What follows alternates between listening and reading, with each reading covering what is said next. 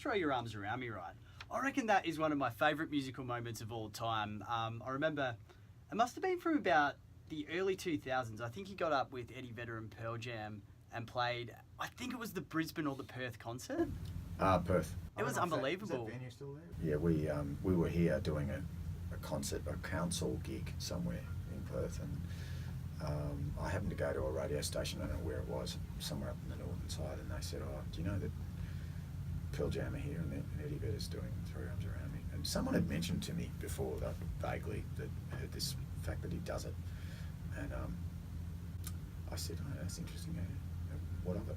And the guy said, oh, you should get up and play with him. And my manager was standing there. And the light bulb moment, he actually contacted the promoter. It was Frontier, I think. And the next night I was down there sound checking at 5 o'clock.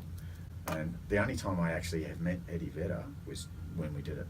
That's the first and only time. Got on stage with him, shook his hand, did the song, left.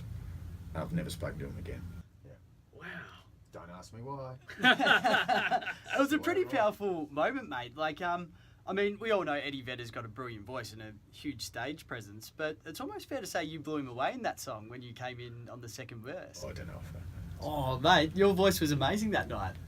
you were there. I wasn't there, but not only do I have the live CD, but I've got the Pearl Jam DVD, which that song appears on one of the extras.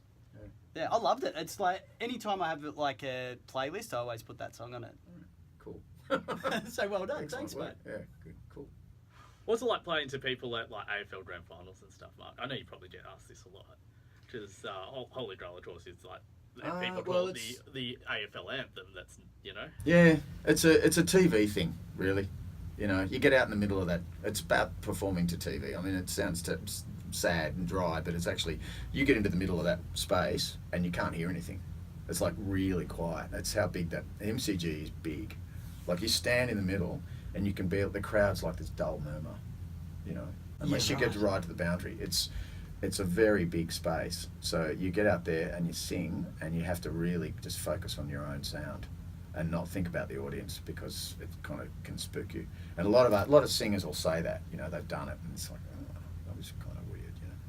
But I've done it a few times now, so I sort of just get out there and make sure I've got good monitors and the rest takes care of itself. So we've been debating which footy team you actually support. Western Bulldogs. Hey, you must be a very happy camper. Oh, it's all right, you know. Just all right. I'll tell you what, I went to Sydney, semi-final Sydney last year to watch him play Greater Western Sydney, and that was the most exciting game of football I've ever seen in my life. It was insane. It was absolutely insane how intense it was. And GWS were really good.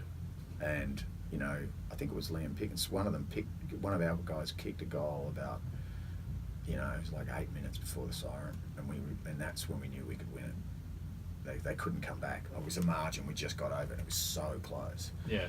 But the feeling in the crowd was pretty much Western Bulldogs. I was there, really small, don't have much of a supporter base, and people were weeping. It was just everyone. Suddenly there was a moment when everyone realised, well, someone's yelling out how much time there was left on the clock, and you know, because you can't check by the scoreboard, because it's giving you time on as well. Whereas if you check the network, you can see how much time. So people are yelling, well, how much time? and then I suddenly realised everyone's crying.